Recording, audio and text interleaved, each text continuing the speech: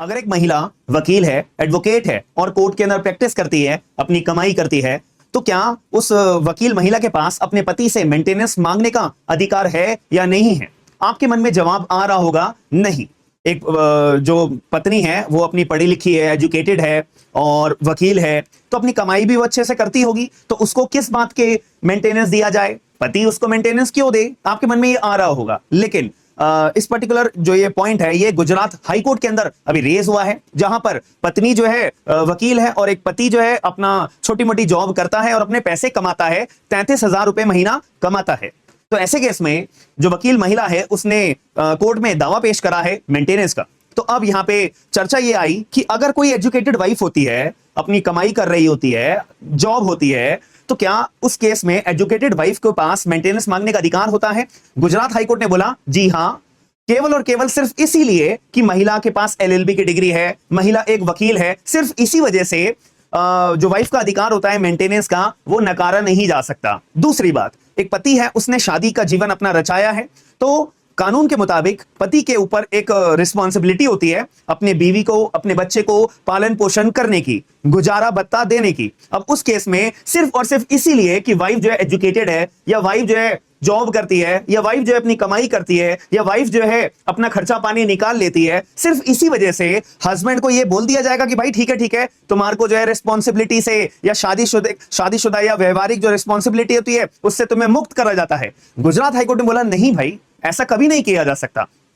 तो इस केस में यहां पर पहले मामला गया था फैमिली कोर्ट के अंदर। फैमिली कोर्ट ने सबसे पहले तो 2,000 रुपए का मेंटेनेंस ऑर्डर करा था, फिर वाइफ जो है अपील में गई थी, तो ऐसे केस में फैमिली कोर्ट ने 2,000 को 10,000 रुपए महीना पे अपना फिक्स कर दिया था। अब मामला गया था हाई कोर्ट के पास, गुजरात हाई कोर्ट के पास। ये जो ऑफिशियल जजमेंट है अप्रैल 2026 का ही ये जजमेंट है, ठीक है, अप्रैल 2026 का ही जजमेंट है। तो इस केस में गुजरात हाई कोर्ट ने बोला कि देखो महिला, आप वकील हो, ठीक है, तो आपको मेंटेनेंस तो मिलना चाहिए, ये भी ठीक है। आप एजुकेटेड हो, सिर्फ इसी वजह से हस्बैंड को मुक्त नहीं करा जा सकता, ये भी बात ठीक है। बट आप मेंटेनेंस बढ़ाने की जो बात कर रही हो कि 20-25 हजार रुपए तक का मुझे मेंटेनेंस मिलना चाहिए, ये बात सही नहीं होगी। क्यों सही नहीं होगी? क्योंकि आप फैमिली, इसका अगर पेज नंबर 4 पढ़ोगे ना, जजमेंट का पेज नंबर 4 के अंदर, तो उसमें आपको एक बहुत बारीकी से यहाँ पे क्लैरिफाई करा हुआ है। मैं आपको थोड़ा सा शो भी कर देता हूं ताकि आपके दिमाग में एक क्लैरिटी आएगी कि यहाँ पे आया कि जो पति की जो इनकम है वो 33,000 रुपए है, 33,000 जो है पति कमाता है। तो अगर हम 30,000 रुपए अप्रोक्स लेके चले तो 30,000 का 1/3 एक तिहाई हिस्सा जो है वो आपको पति दे रहा है। फैमिली कोर्ट ने ऑर्डर करा था 10,000 रुपए। तो जो फैमिली कोर्ट का ऑर्डर था कि हस्बैंड की इनकम का एक तिहाई हिस्सा मेंटेनेंस के रूप में हर महीने आपको मिलना चाहिए, ये फैमिली कोर्ट का डिसीजन को हम सही मानते हैं। और इसमें मेंटेनेंस बढ़ाने की जो आप मांग कर रहे हो ना, उसको हम नकारते हैं, रिफ्यूज करते हैं। तो यहां पे बोला था कि which appears to be just and proper as approximately 1/3 of his income has been awarded towards the maintenance. तो जो फैमिली कोर्ट ने आपको मेंटेनेंस का ऑर्डर पास करा है 1/3, यानी कि इससे एक बात समझ में क्या आती है कि कोर्ट जो है पत्नी को हर महीने मेंटेनेंस कितना फिक्स कर सकता है? हस्बैंड की जो इनकम है, जो वाइफ साबित करती है, तो हस्बैंड की टोटल इनकम का एक तिहाई हिस्सा वाइफ को एज अ मेंटेनेंस के रूप में दिया जाता है। तो यहां पे अगर मैं बात करूं वाइफ के बिहाफ पे, तो वाइफ को अगर मेंटेनेंस ज्यादा चाहिए, तो वाइफ को यह प्रूव करना पड़ेगा कि पति की इनकम एक्चुअल में कितनी है, और सच्ची वाली इनकम, ज्यादा से ज्यादा इनकम अगर वाइफ जो है हस्बैंड की शो करती है तो उसका एक तिहाई हिस्सा मिल सकता है।